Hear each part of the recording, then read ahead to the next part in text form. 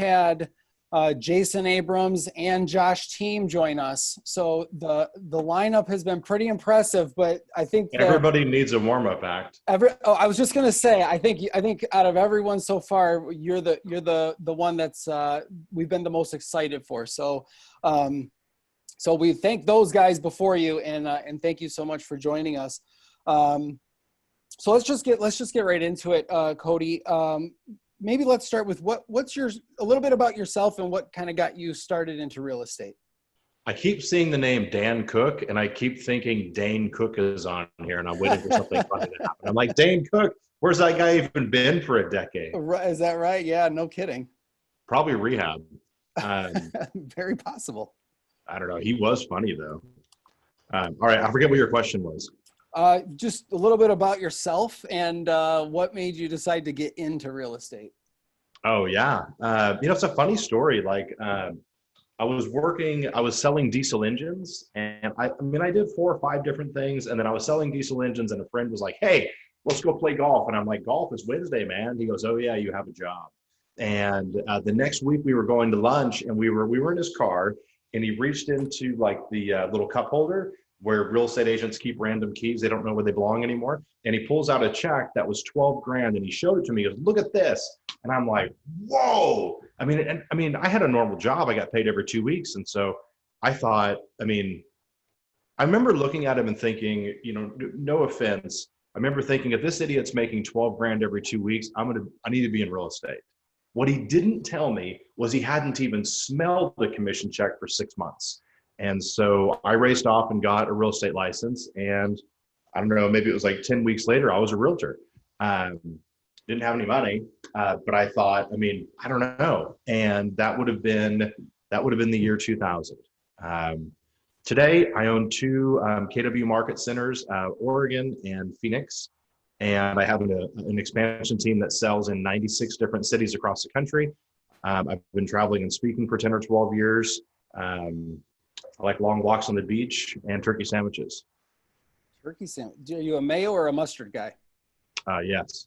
Okay, there you go. All right, both. That's an interesting combination there. So Cody, I first saw you. I joined Keller Williams in 2017, and I saw you at Family Reunion that year, and you spoke on, and I can't remember the exact name, but I believe it was 10 steps to 100 listings. Oh yeah, that would have been 7 steps to 10 listings a month. 7. Okay, well, close. That's right. Yeah. But one of the things that I picked up, and I actually still have the notes from that, is there's not really like a secret sauce. And I've been in the business almost 18 years now. It really just comes down to basic things that you need to do every day in order to get where you want to go. So what I'd like to do is maybe let's step back to Cody Gibson in like 2000 to 2005. What did your business look like when you first got started? I think that we have, like real estate agents, because we're cut from a similar cloth, tend to be extreme behavior types. Like we either go way over here or we go way over here. For most of us, if we chose real estate, we're more like than we are dislike. Meaning if we get into, like if we pick up a new sport, I'm convinced the majority got coronavirus. The majority of the people that are real estate agents, if they start a sport, within a week, they own every single piece of equipment they need for that sport. It might end up in the garage, never to be touched again, but they own everything. Like we just go way over here or way over here. I say all that to say this. We have an innate ability to make things that are simple, convoluted, to make things that are easy, complicated. And what I've learned is that if you'll simply do a couple of small things every single day, like you can't do everything, though you can do a couple of things repeatedly. So from 2000 to 2005, I remember I was like on day 1 of real estate. It's a longer story than we have time for, but it ended with the on day 1. It ended with the comment, "Hey, listen, if you sell a house a week around here, you're going to be all right." And what I heard was, everybody here sells a house a week or more. Has there ever been a time that you've learned something that while it was true, it didn't really help you? Well, that was my time. 16 weeks later, I walked into my manager's office. It was Thursday. This would have been 16 weeks into being a real estate agent. And I said, hey, can I get an extension till Monday? He goes, extension for what? And I said, an extension for this week's sale. It's been, I guess it was week 17. It was Thursday of week 17, and I'd sold 16 homes, but not 17. And I said, but listen, I've got 2 offers out. I'll show houses all day Saturday. I'll do whatever it takes. I might even have 2 by Sunday. And he looked at me and he said the worst thing he could have said. He said, Cody, you're doing amazing. Nobody sells a house a week every week.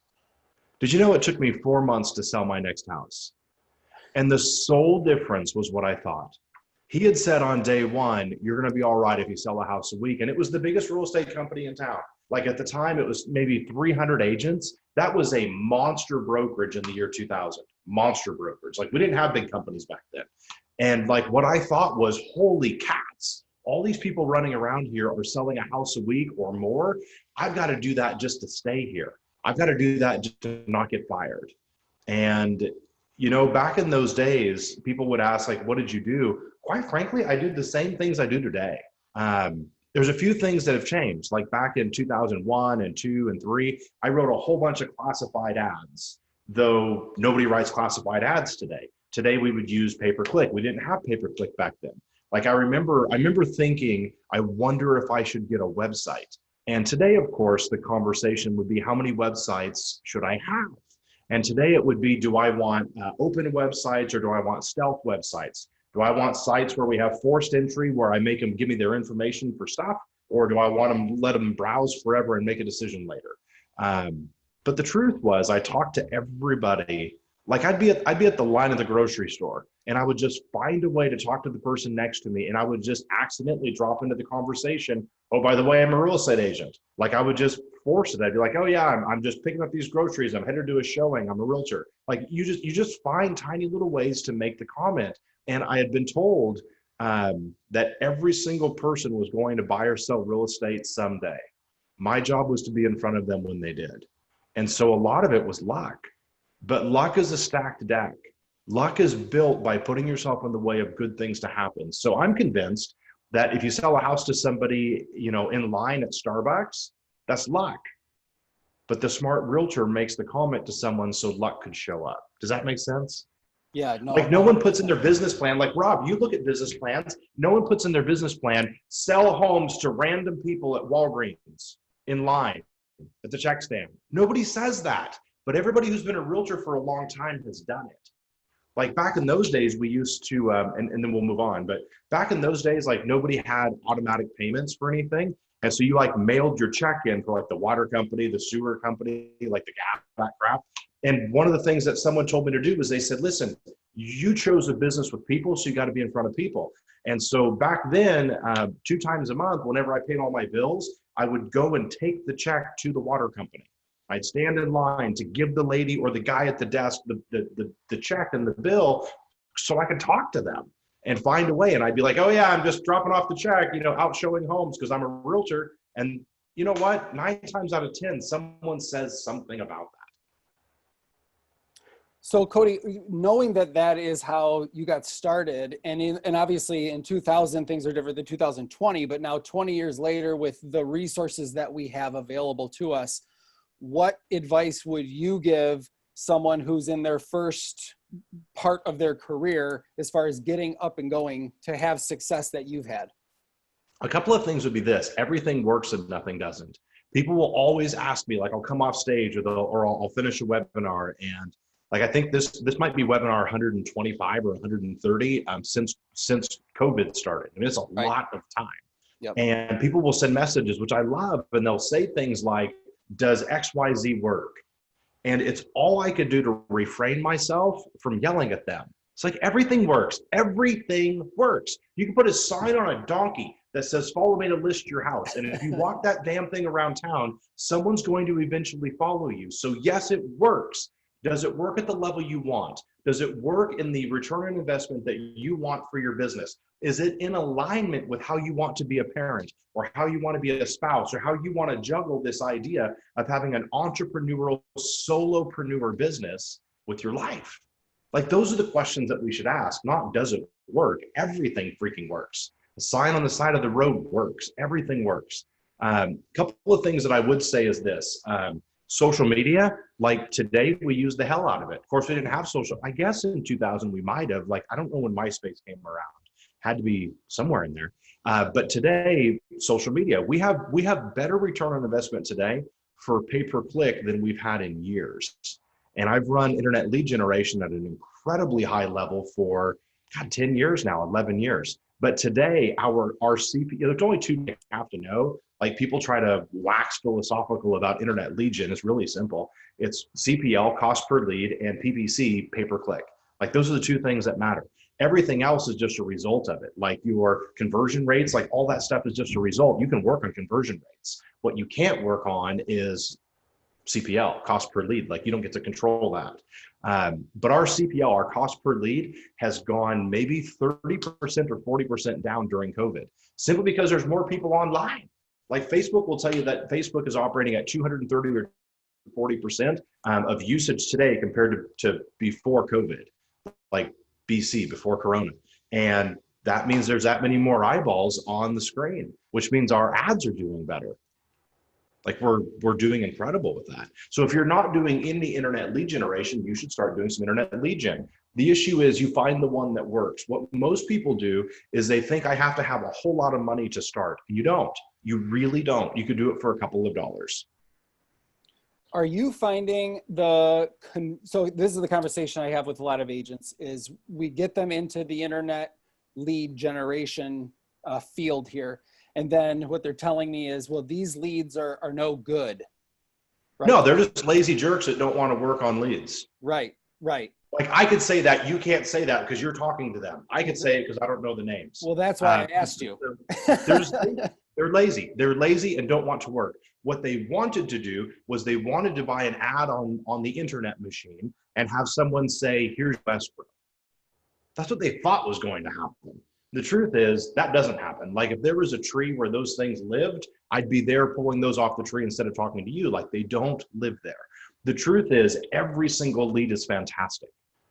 The reality is some leads are motivated and some aren't. We sold a home the other day in Portland, like our MREA level business is in Portland and then everything else is expansion. We sold a home in Portland maybe 2 months ago that's been kicking around our internet lead gen bucket for like 52 or 53 months. That's over 4 years. That's over 4 years of the lead saying, I'm not ready. I'm going to take a wild guess that sometime during those 52 or 53 months, somebody called that lead and they said, take me off your list. I'm not buying. I'm going to guess that probably happened because they all say the same thing. The truth, though, is that this is a contact sport. And at the end of the day, whoever has the most number of contacts is eventually going to win. And lead, which was simply just sitting in a bucket, eventually buys a home. And that was like a $600,000 or $700,000 sale. And so on that day, the person who sold it, they were like, yes. Imagine though, all the days someone's contacted that lead for over 4 years, that they allowed the lead's response to dictate their energy. That's truly our problem. Like, how's your, what's your ability? It was Churchill who said this. He said that success could be defined as being able to go from one defeat to another without loss of enthusiasm. The problem, though, is that we get so egocentric, we get so tied egotistically to our leads or our business that we make 4 phone calls and 4 people say no, and we're like, oh my gosh, I cannot take one more no. Are you kidding me right now? You get paid for that, you idiot. Like, go out and talk to the next person. You would think it was ridiculous for a waiter or waitress to come by and say, do you want coffee? And someone says no or no thanks, and for them to throw the coffee pot on the ground and run into the back of the kitchen and cry because of the horrible rejection that they had just, that's just an ego issue. The waiter or waitress goes, well, this isn't my coffee anyway. It's not even my restaurant. I'm just doing my job to ask. And the second that a realtor understands that they're just doing their job to ask, then all of a sudden there's no more issue with the rejection piece. Yeah, I couldn't agree with you more. I use the analogy similar to that as when you walk into a retail store and the worker is standing there folding clothes or whatever, and they say, can I help you find something? And you say no. No, just And they looking just around. continue folding. You go through, but you do buy. You are there to buy. So people who are looking online and clicking are buyers. They just might not be ready that moment. Yeah, and the truth is, like, we're paid in proportion to the questions that we ask. And so if we want to make a great big in, you got to ask great big questions over and over and over and over again. There's a rhythm that I used for a really long time, and I'd love for you to write it down. It was my lead generation rhythm for a week. Mondays and Tuesdays was cold lead generation, and for me at the time, that was for sale by expireds. If you don't want to work FSBOs and expireds, that's 100% fine. Lots of realtors spend their whole broke, so you don't have to do it either. But if you wanted to use the model, it'd be the colder lead gen. So imagine having to introduce yourself. So to me, that was colder lead gen, Monday and Tuesday, whatever it is. Wednesday was always follow up. Follow up, like when I teach the 7 steps to 10 listings that you saw, follow up Wednesday is where you follow up on all the leads that you've been talking to like every week for 8 or 10 or 40 weeks. And you're just calling to check in. Hey, how's it going? And a lot of those contacts are 2 minutes, and a lot of them are voicemails. They're just simple. Thursdays was always database or sphere of influence. And then Friday was an open day. But let me tell you why I did it that way and why I think you should do it that way today. You think about Mondays and Tuesdays, you're going to align what's seemingly your hardest lead gen, like having to introduce yourself with the people, whether it's on the phone or in person, right? Monday and Tuesday, when your battery power is at its height. By Wednesday, if you do follow-up Wednesdays, those are easy contacts. These are people you're talking to about a week, like maybe they came by notice, or maybe that you've been following up with, and you're just dropping in and saying, usually on the phone, hey, I'm just calling to follow up. How's it going this week? Do you need anything? You're good? Great. See you next week. And you're just calling to follow up. There's no rejection in that. And then Thursday, you're calling your database or your sphere of influence, and most of those people are, oh my gosh, great to hear from you. How you been? And then on Friday, open day. It's kind of like if you've ever played like bingo and you need to admit it to someone, like in the middle of the card, it says free space. And so Friday's like a free space. You can do whatever you want. If you have all the leads you need, go do whatever you want. But if you don't have all the leads you need, that's where you have to make your stand. And you go back to lead generation again. But that was an easy rhythm that, like if I coach someone today, that's the rhythm I'll spend as much time as I need to get them on, because it works.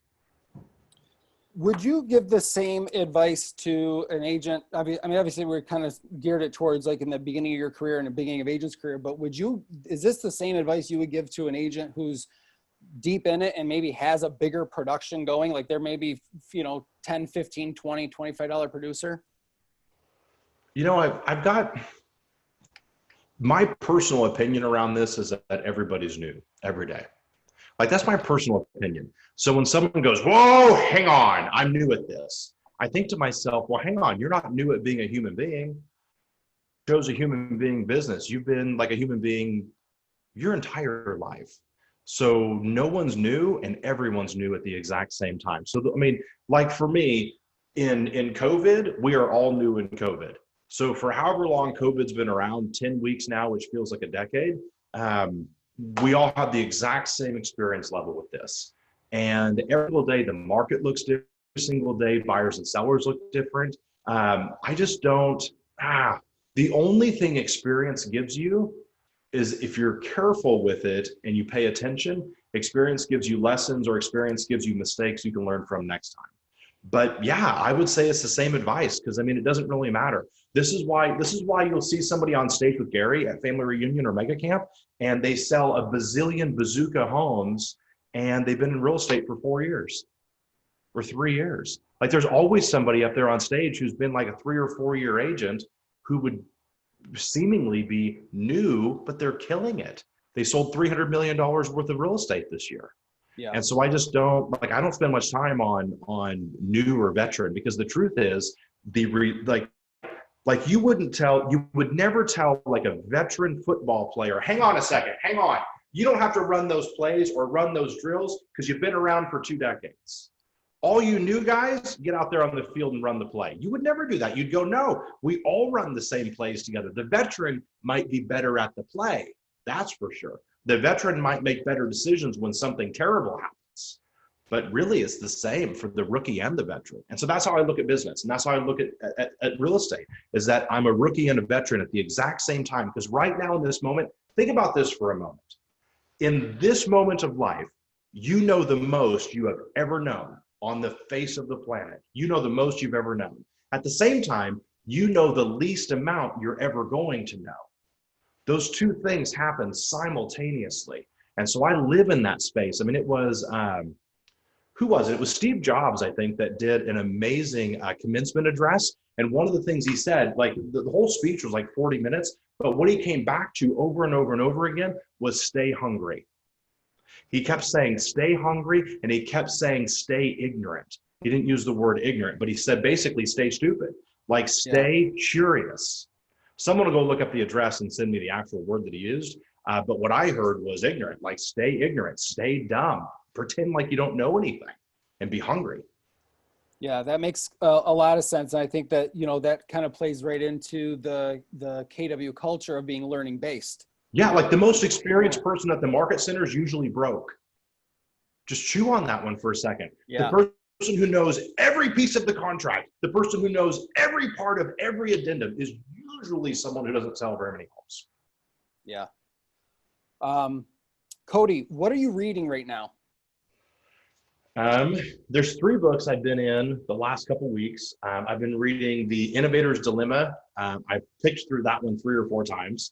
That's a Gary book. When I say Gary book, that's one that Gary will tell like his private mastermind, go read this book. And The Innovator's Dilemma is interesting because the genesis of the book, the whole idea of the book is you've got the business you have today and you've got the business you want tomorrow. How do you build the business tomorrow that you want without burning down or bastardizing or losing the business you have today? Think about every one of us has like a family, right? You've got the family you would like your family to look like tomorrow, and you got the family you have today. You're building this one without losing this one. It's an interesting, it's like a dichotomy. Anyway, so that's a good one. Membership economy. I'm deep into membership economy. That's another one I've picked through 2 or 3 times. That's another Gary book. Basing the idea on, can you build a database into a membership? In other words, look at it like this. Everybody on this call probably sends something to their database, whether it's an email, a text, or whatever, right? If you stop sending stuff out this week, like here's the litmus test. If you stop sending stuff out this week, who in your database would contact you next week to say, hey, where's that email you were supposed to send me? Dude, I always look forward to the market update that you pump out. Where did it go? Did I fall off your list? What the hell happened? Like when you put it through that filter, you go, I don't really have a database. I have a list of random names that I am pestering with stuff. And the moment that you shift that and you go, wait, how could it be a database? Let me tell you a story. A friend of mine in Vegas, here's what he did. What city are you guys in? We're Novi, Michigan. Oh, cool. All right. I always feel funny if I tell a story and they're like, yeah, that's right here. Right. So in Vegas, plus they always know the realtor. So that always makes it weird. Right. So in Vegas, here's what this guy did. He sells a few hundred homes a year, and he went and he adopted a pet, like from a no-kill animal shelter. And he picked up the pet. It was like one of those little scraggly looking, wet rat dog looking things, like a little thing, like a little beast of the earth. And he put a picture on Facebook and he said, hey, I just adopted this guy from the no-kill animal shelter. He doesn't have a name. Who could help me give him a name? Anyway, so he had hundreds and hundreds and hundreds of comments. And of course, he's a business person. So he starts thinking, this is a great business play. Also, read a good book to read is called Give and Take. That's a great one. Anyway, that's another Gary book. So anyway, so here's what he did. The next week, he went back to the no-kill animal shelter, and like he has a heart for this. And he goes, listen, and I think I'm going to say it's $50 a month to keep the animal alive. I could be way off on that, but run with it, right? I don't know why I said that, because I could have just told you $50 and you'd believe me. So let's call it $50 to keep the animal alive for the month. He went back the next week and he said, listen, I can't adopt any more pets, but I can pay for this one. And I remember it was a cat. And he's like, here's this cat. I'm going to pay to keep it alive for the month. Who would love to adopt this cat? And that sent his social media into a frenzy also. So a few weeks after that, here's what he did. He started a Facebook group right there in Vegas. And it's just basically around adopting animals from this no-kill animal shelter. Today, he has like 16 or 17,000 members in his Facebook group, and his main lead generation source, you're a bunch of realtors, stick with me on this. His main lead generation source is people that know him from that Facebook group. He's passionate about the no-kill animal shelter. Like, he wakes up and his heart is in it. You see, you and I wake up and we go, oh, I got to do that lead gen. Said I was going to do it and I didn't do it. I got to do it today. Didn't do it yesterday, but I'm going to force myself today. He doesn't do that. He wakes up and goes, I got to save these animals and I'm going to sell some homes while I'm doing it. Do you see the difference? Yeah. He's the only one. If he was on this call right now and you looked at his 17,000 person database, the Facebook group, he's the only one on this group right now, I would venture a guess, that woke up this morning with new people opting in, asking to get in, not being added to the list, not being sent stuff and hoping they don't hit the unsubscribe button. Nope, they want in. Now, here's why I told the story. You've got to choose something that you're passionate about. Like, I wouldn't choose a no-kill animal shelter. I grew up in Alaska. I love animals. They're all tasty. And so, like, for me, like, that wouldn't be my play. But what would your play be? Because what most of us do is we force ourselves, like, and again, this is a realtor trait. Pull yourself up by your bootstraps. And probably everybody on this call knows a time in their life they've pulled themselves up by their bootstraps. Just because it worked doesn't mean it's a good model. Just means it worked that day. You got to choose some things that pull you instead of push you. One of my favorite speakers, Tony Robbins, talks about the idea of push and pull. And he says, you got to choose goals that pull you, not just goals that push you. This guy wakes up and he goes, if I don't go and talk about these animals, they're going to get euthanized.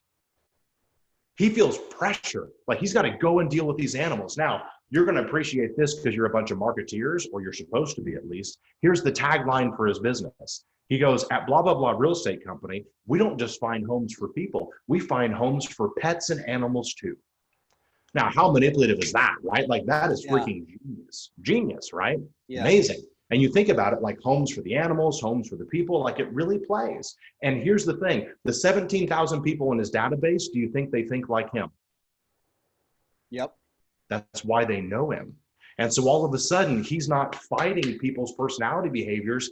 Like, they call him and they know that he's the realtor that saves animals. How would you like to be known as the realtor who saves animals? By the way, could you imagine someone asking you to cut your commission? You'd be like, well, which animal do you think we should just kill? Which one do you not want me to save? I mean, come on, that plays all day long. And so I tell that story. You don't have to do a no-kill animal shelter, but choose something that you're passionate about. And all of a sudden it's no longer lead generation.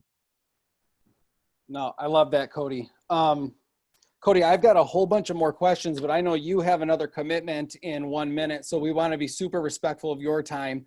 I want to thank you. Would you be willing to join us again in the future? Yeah, if you'll communicate with Lacey, we did that to get this one up and running. Yeah, I'd love to come back. I mean, yes, I would love to. Yeah, awesome. I appreciate that. Appreciate your partnership, and have a good rest of your day. All right, thank you guys so much. There's one last thing I'll leave you with. Yeah. You can find it in the App Store. It took me 4 years to develop it, but we created what's called Hippo Pulse, like hippopotamus, hippo pulse, like a heartbeat pulse, Hippo Pulse. And imagine it's mine. So if you buy it, I do benefit from that. Okay. So full disclosure, imagine like MyFitnessPal, like a calorie tracking or fitness tracking app for real estate agents. Contacts, closings, appointments, all the things that we know we're supposed to track. Like Gary says, there's 8 goal categories of the MREA, and those are in there. Anyway, it's $4.99 a month, and there's a 2-week free trial. So go check it out if you want. It's on the iOS, it's on the App Store, and then for the one person on the planet who has an Android, it's also in the Android store. Awesome. Like one person, and they're always the one who sends me a message that goes, "I love my Android." Anyway, thank you so much for having me. It's been my pleasure. Thanks, Cody. Thank you very much. All right, bye guys. Bye. All right, everyone. Can we get some takeaways and ahas? Unmute yourself and talk to me. What'd you guys get out of that? I love my Android. Okay. I'm the one. Sharon's our one Android. Oh my God. I love just nonchalant way of saying I'm a realtor and selling real estate. I took 2 years to buy a sweater of this company that would come into our office all the time years ago. Mhm. And it says sold all over it, but the sweater was $250. There's no way I would ever spend that much on one item. And every time I wear it in the fall going into the winter, people say, oh, I bet I can guess what you do for a living. Yes, I do sell houses. So Yeah, I I think, just love that he's so nonchalant and just like, go well, out there. I think we tend to get like inside our own heads on it sometimes. I know I'm guilty of that in the past, and it's just like, hey, like you said, luck is a stacked deck. So you just got to put yourself in that, in the way. Get yourself in the way of people buying and selling, and it'll just happen. Who else? There are no bad leads. There are no bad leads, Tasha. You got that right. There are no bad leads, just bad follow-up. Yep. Right? Just bad follow-up and bad habits that we have. And I would say limiting beliefs around that follow-up. Mm-hmm. When that person says no, we cannot take that personal. It's okay.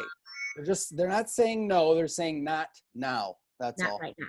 Right. Now, Heidi, I know you've got a comment because you're a Cody Gibson fan like me.